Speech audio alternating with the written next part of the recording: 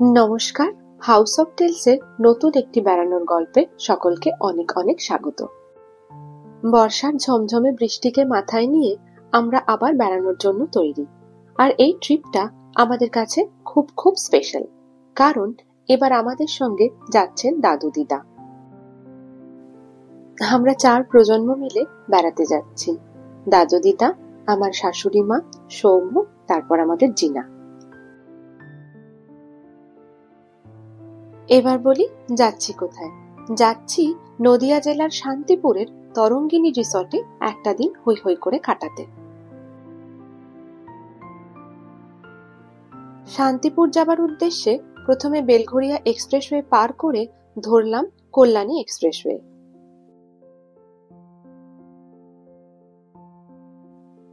তারপর কাঁচরাপাড়ায় ছাড়তে হলো কল্যাণী এক্সপ্রেসওয়ে।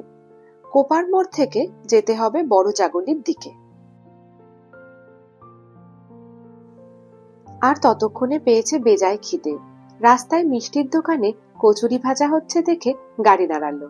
লোভনীয় এই ব্রেকফাস্ট সেরে এগোলাম বড় জাগুলির দিকে। সেখান থেকে ধরলাম NH12। NH12 ধরে সোজা এগিয়ে রানাঘাট পুলিয়া পার করে আপনি পাবেন শান্তিপুর। আর সেখান থেকে বাঁদিকে বেঁকে গেলেই পড়বে তরঙ্গিনী রিসর্ট। আর ট্রেনে যদি আসতে চান একদম সোজা পথ, এত ভজকট নেই। শিয়ালদা থেকে বেশ ফ্রিকুয়েন্টলি ছাড়ে শান্তিপুর লোকাল, সময় লাগে ওই 2.5 ঘন্টা মতো। রিসর্টে ঢোকার রাস্তা থেকেই নদী আমাদের তার অস্তিত্ব জানান দিচ্ছে। ভরা বর্ষায় গঙ্গা যেন ফুঁসছে দেখুন।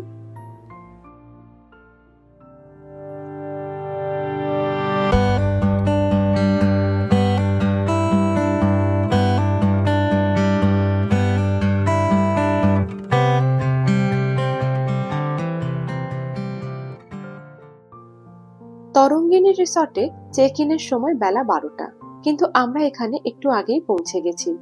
তবে রুম রেডি করতে বেশি সময় লাগবে না বলল। আর যতক্ষণ রুম রেডি হচ্ছে আমরা অপেক্ষা করছি এই ডাইনিং এরিয়াতে, আর দু চোখ ভরে দেখছি গঙ্গার শোভা। আর জিনাও আসার সময় সেরকম কিছু খেলো না, তাই ওকেও এখন একটু খাইয়ে নিচ্ছি।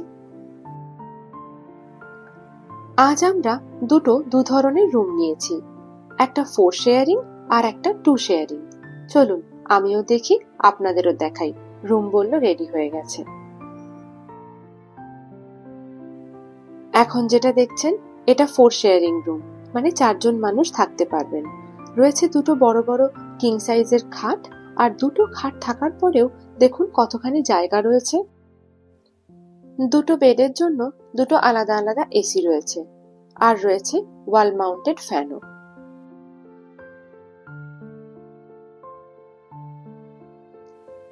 এদিকটায় রয়েছে একটা টিভি ইউনিট, আর জিনিসপত্র রাখার জন্য এরকম একটা র‍্যাক। এদিকে রয়েছে একটা সোফা সেট, আর তাকে ঘিরে সুন্দর একটা সিটিং অ্যারেঞ্জমেন্ট। এদিকে একটা মিরর, আর তার সঙ্গে দেওয়া রয়েছে সমস্ত প্রসাধনের জিনিসপত্র। একটা ওয়ার্ড্রোবও আছে, তবে সেটাতে যে খুব বেশি জিনিসপত্র ধরবে এরকম নয়। আর একদিনের জন্য আমরা কতই বা জিনিস আনি।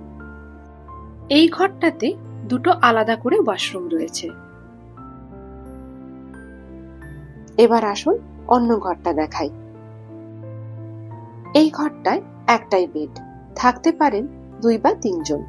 এদিকে একটা সিটিং অ্যারেঞ্জমেন্টও আছে, টিভি আছে, আর আছে ইলেকট্রিক কেটল। যদিও চা কফির ইনগ্রেডিয়েন্টস কিন্তু মজুত নেই দেখলাম, মানে কোনো ঘরেই নেই। এদিকে রয়েছে একটা ক্যাবিনেট আর আয়না, আর এদিকটায় আছে ওয়াশরুম, আর তার অ্যাডজাসেন্ট একটা চেঞ্জিং স্টেশন, যেটা আবার পর্দা দিয়ে সেপারেট করে দেওয়া আছে। আর এই ঘরটাতেও দেখুন অনেকখানি জায়গা রয়েছে। যেহেতু ছোট বাচ্চা নিয়ে আমি ট্রাভেল করি, স্পেশিয়াস রুম না হলে আমাদের একটু অসুবিধে হয়ে যায়। যা দস্যি মেয়ে আমার, তাকে তো একটু দস্যিপনা করার স্পেস দিতে হবে। আর দুটো রুম থেকেই যে গঙ্গা দেখা যায় সে তো আপনারা দেখতেই পেলেন।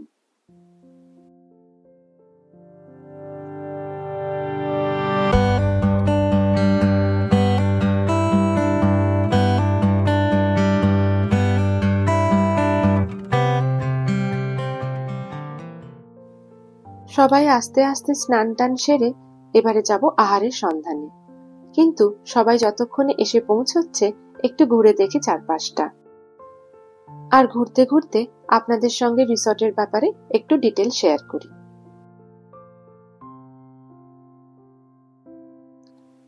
সবার আগে বলি, এখানে কিন্তু ডে আউটিং এর জন্য আলাদা প্যাকেজ থাকে। সেক্ষেত্রে আপনি রুম বুক করতেও পারেন, আবার নাও পারেন। আবার নাইট স্টে করলেও দুভাবে প্যাকেজ নেবার অপশন আছে। এক হয় উইথ ব্রেকফাস্ট অনলি, মানে তখন আপনাকে লাঞ্চ ডিনার আলাদাভাবে নিতে হবে। আর একটা হয় অল ইনক্লুডেড প্যাকেজ, যেখানে ব্রেকফাস্ট লাঞ্চ ডিনার তার একটা নির্দিষ্ট মেনু থাকে। রিসর্টের প্রত্যেকটি কটেজের আলাদা আলাদা নাম রয়েছে। যেমন এই দুটোর নাম স্রোতস্বিনী আর প্রবাহিনী। বুঝতেই পারছেন এগুলি সব নদীর প্রতিশব্দ। এই দুটো হলো লাক্সারি উডেন কটেজ। আপনি যদি প্যাকেজ না নেন তো এগুলো পার রুম ভাড়া পড়বে 2200 টাকা, আর প্যাকেজ নিলে জনপ্রতি 1600 টাকা। আবার অনলি ডে আউটের অপশনে গেলে এই রুম আপনাকে পে করতে হবে 1200 টাকা পার হেড হিসেবে। আর এই হলো তরিণী আর তটিনী। এগুলো হলো double sharing super deluxe cottage, যার উইথ ব্রেকফাস্ট একদিনের ভাড়া 2600 টাকা। প্যাকেজে নিলে পার হেড 2000 টাকা এবং ডে আউটের ক্ষেত্রে পার হেড 1600 টাকা। এবার যেটা দেখছেন তাদের নাম কল্লোলিনী আর কাদম্বিনী। আমাদের যে ডাবল শেয়ারিং রুমটা নেওয়া হয়েছে সেটা হলো এই কল্লোলিনী, যার রুম ভাড়া 2400 টাকা। আর প্যাকেজে নিলে আপনাকে পে করতে হবে 1800 টাকা পার হেড হিসেবে, আর ডে আউটিং এর ক্ষেত্রে 1400 টাকা পার হেড।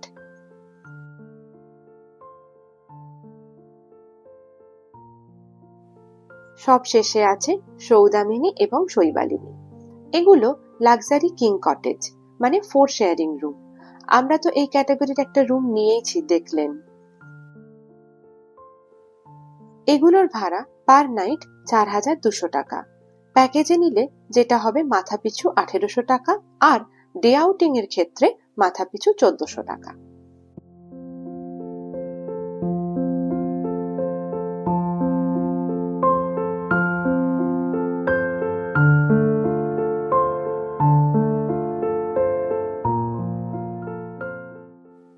আপনাদের রিসর্ট দেখাতে দেখাতে খাবার সময় হয়ে গেল। এসেছি ডাইনিং এরিয়াতে। আমরা এখানে প্যাকেজ সিস্টেমে বুক করিনি, মানে প্রত্যেকবার খাবারের অপশন আমরা নিজেরা চুজ করব। শুধু ব্রেকফাস্ট থাকবে কমপ্লিমেন্টারি। আজ দুপুরে খুব সিম্পল মেনু। সবার ফিশ থালি, যার মধ্যে আছে ডাল, ঝুরঝুরে আলু ভাজা, আলু পোস্ত, মাছ, চাটনি, দই, আর আমি যেহেতু মাছ খাই না, আমার জন্য চিংড়ির মালাইকারি। ব্যাস, খাওয়া দাওয়া আমাদের কমপ্লিট। কেমন খেলাম সত্যি বলতে কি মন পড়লো না। আজকের ওয়েদারটা খুবই মনোরম। কখনো আকাশ কালো করে মেঘ আসছে আর তার হাত ধরে আসছে ঝমঝমিয়ে বৃষ্টি। আর এই বাদলা দিনে রিসর্টের পরিবেশটা এত মায়াবী লাগছে। আর কুলকুল করে বয়ে যাচ্ছে গঙ্গা নদী। মনে হচ্ছে ঘন্টার পর ঘন্টা এখানেই বসে থাকি। দেখতে পাচ্ছেন কি বাবুই পাখির কতগুলো বাসা? 1 2 3 4, বাবা গুনে শেষ করা যায় না। বাচ্চাদের খেলারও এখানে অনেকখানি জায়গা রয়েছে, অনেক সরঞ্জাম। জিনা তো কোনটা ছেড়ে কোনটা করবে খুঁজে উঠতে পারছে না। স্লাইড বা দোলনা ছাড়াও পেয়েছে অবারিত মাঠ। এসে থেকে ছুটে বেড়াচ্ছে। কখনো দেখছে আম গাছে আম, ডালিম গাছে ডালিম, তারপর দেখছে ফুল, প্রজাপতি। ওকে আর পায়কে। একটুক্ষণ ছুটে বেড়াচ্ছে, ছুটে বেড়াক। তারপর বেটাকে ঘুম পাড়াতে হবে। আর ঘুম থেকে উঠে আমরা এক জায়গায় যাব। কোথায় যাব? সে আছে এক জায়গা। ওরম জায়গায় আমি আগে কখনো যাইনি, আর সাথে করে অবশ্যই আপনাদের নিয়ে যাব।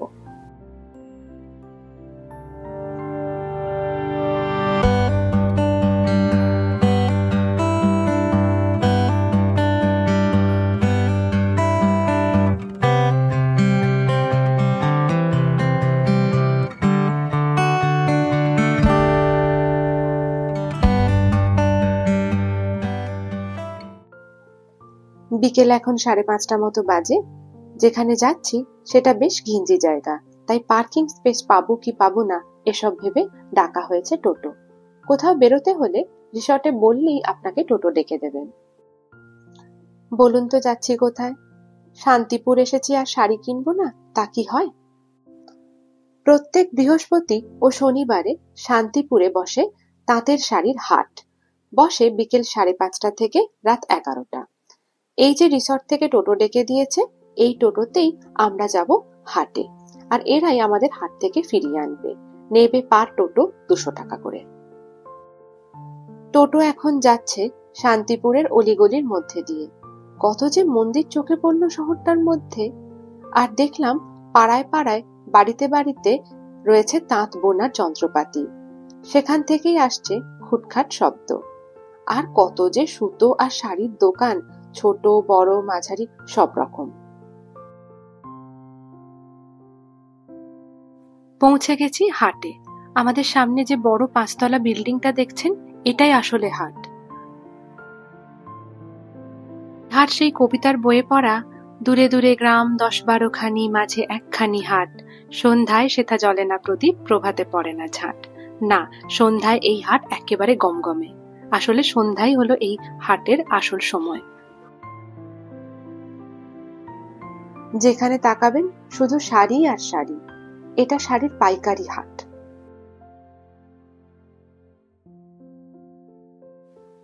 শাড়ি কিনবো বলেই তো এসেছি, সামনে দুর্গাপুজো বলে কথা। কিন্তু কোথা থেকে যে শুরু করব সেটাই বুঝে উঠতে পারছি না। চোখের সামনে এত শাড়ি দেখে আমাদের মাথা বনবন করে ঘুরছে। এদিকে সঙ্গে বয়স্ক মানুষ আর ছোট্ট ছানা আছে। খুব বেশি ঘোরাঘুরি করে কেনা যাবে না, আর বড্ড গরমও আছে। বেশি ঘোরাঘুরি করলে ঘেমে নেই একসা। মার্কেটের সোজা 3তলায় এসে উঠতে চোখে পড়লো এই দোকানটি। এখানে বয়স্ক মানুষরা দুদণ্ড বসতে পারবেন, আর ছোট ছানাটা একটু নিজের মতো খেলতে পারবে, সেই ভেবেই এখানে ঢোকা। তবে খুব বেশি সময় নিলে চলবে না, চটপট কয়েকটা শাড়ি নিয়ে নিতে হবে। দাঁড়ান, পটাপট সেগুলো নিয়ে নিই, রিসর্টে ফিরে সব শাড়ি আপনাদের দেখাবো।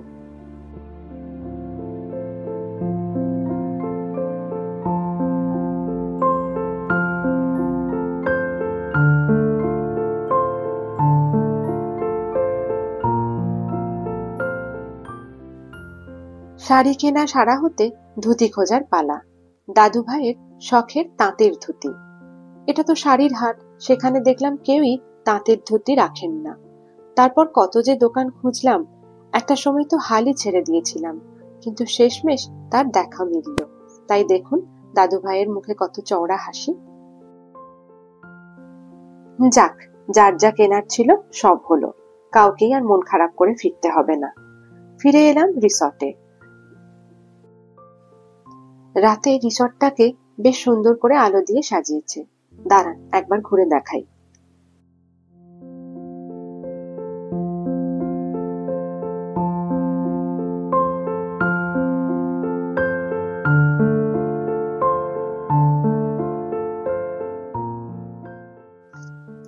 চলুন এবার আপনাদের এক এক করে শাড়িগুলো দেখাই। সবকটা শাড়ি বেশ কম দামেই পেলাম জানেন। এত শাড়ি ডেফিনেটলি আমার নিজের জন্য নয়।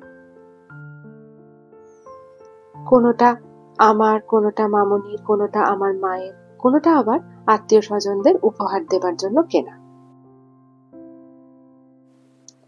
এই শাড়িটা দেখুন, সুন্দর না? আর এটা? শাড়ি দেখতে দেখতে আর টুকটাক গল্প গাছা করতে করতে কখন যে সময় পার হয়ে গেল, ঘড়ির কাঁটা বলছে 9:30। এবার তো ডিনারে যেতে হবে। রাতে বলা হয়েছিল রুটি চিকেন আর মিক্সড ভেজ, সঙ্গে শান্তিপুরের বিখ্যাত মিষ্টি নিকুতি।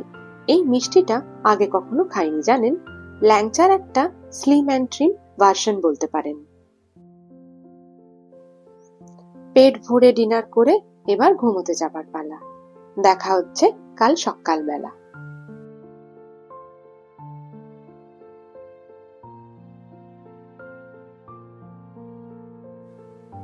Good morning. সকলকে নতুন সকালের অনেক শুভেচ্ছা। ঘুম আজ অনেকক্ষণ ভেঙেছে, তবে বাইরে বেরোবার উপায় ছিল না। সেই ভোর রাত থেকেই আকাশের মুখ ভার। এখন প্রায় 9:30। সবাই রেডি হলে যাব ব্রেকফাস্ট করতে। এখন বৃষ্টিটা একটু ধরেছে, চলুন একটু হাঁটতে হাঁটতে শেয়ার করি তরঙ্গিনী রিসর্টে থাকার অভিজ্ঞতা। প্রথমেই আসি লোকেশনের কথায়।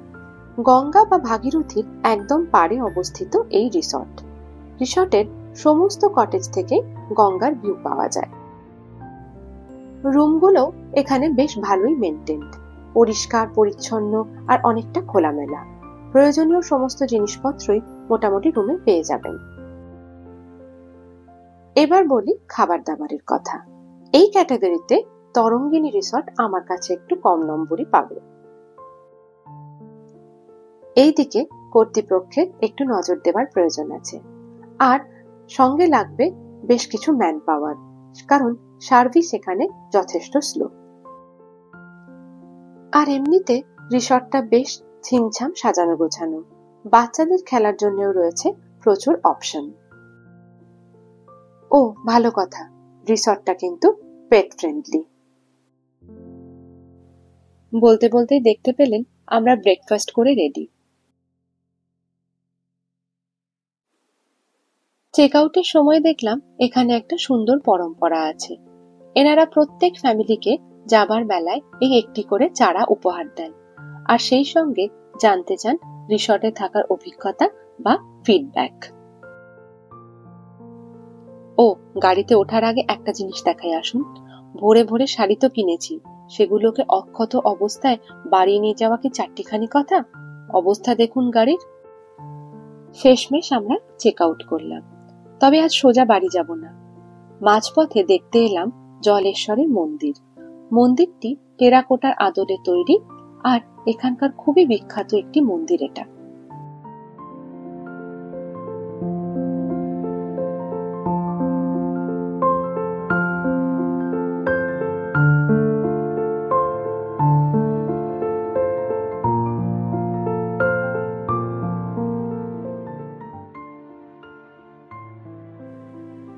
মন্দির দেখে এবার ফেরার পালা। এখনো ঘোরা শেষ হয়নি আমাদের। শান্তিপুর থেকে NH-12 ধরে কলকাতা আসার পথে পরে ফুলিয়া। ফুলিয়ার তাঁত এ তো আপনারা সকলেই জানেন। আরো একটা কারণে ফুলিয়া বিখ্যাত, কবি কৃত্তিবাস ওঝার জন্মস্থান এই ফুলিয়া। ফুলিয়া এসে আমরা এগিয়ে চলেছি সেই জন্মস্থানের সন্ধানে। কবিকে স্মরণ করে রাস্তাটির নামও কৃত্তিবাস রোড।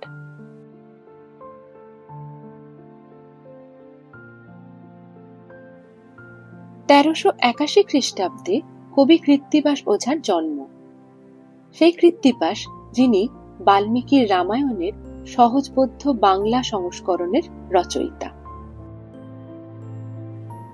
মধ্যযুগীয় সেই বাড়িটি তো এখন আর নেই, কিন্তু যেই স্থানে তার বাড়ি ছিল সেখানে গড়ে উঠেছে এই সংগ্রহশালা কাম লাইব্রেরি। কিন্তু সেই লাইব্রেরি ঘুরে দেখার ভাগ্য আমাদের নেই। আজ রোববার, তাই সেটি বন্ধ।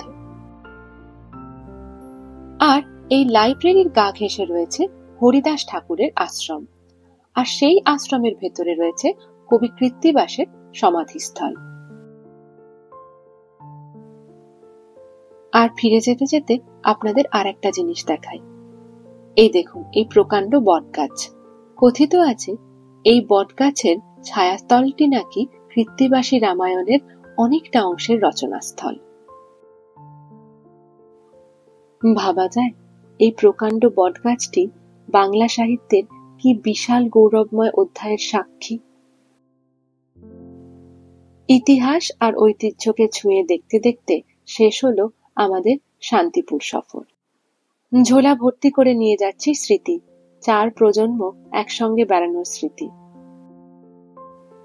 আর আমাদের এই সফরের গল্প আপনাদের কেমন লাগলো কমেন্ট করে অবশ্যই জানাবেন। যদি কিছু ভালো লাগে ভিডিওটি লাইক করবেন, আর আমার ছোট্ট চ্যানেলটিকে সাবস্ক্রাইব করবেন। ভালো থাকবেন, টাটা। খুব তাড়াতাড়ি আসছি হাউস অফ টেলসের নতুন একটা বেড়ানোর গল্প নিয়ে।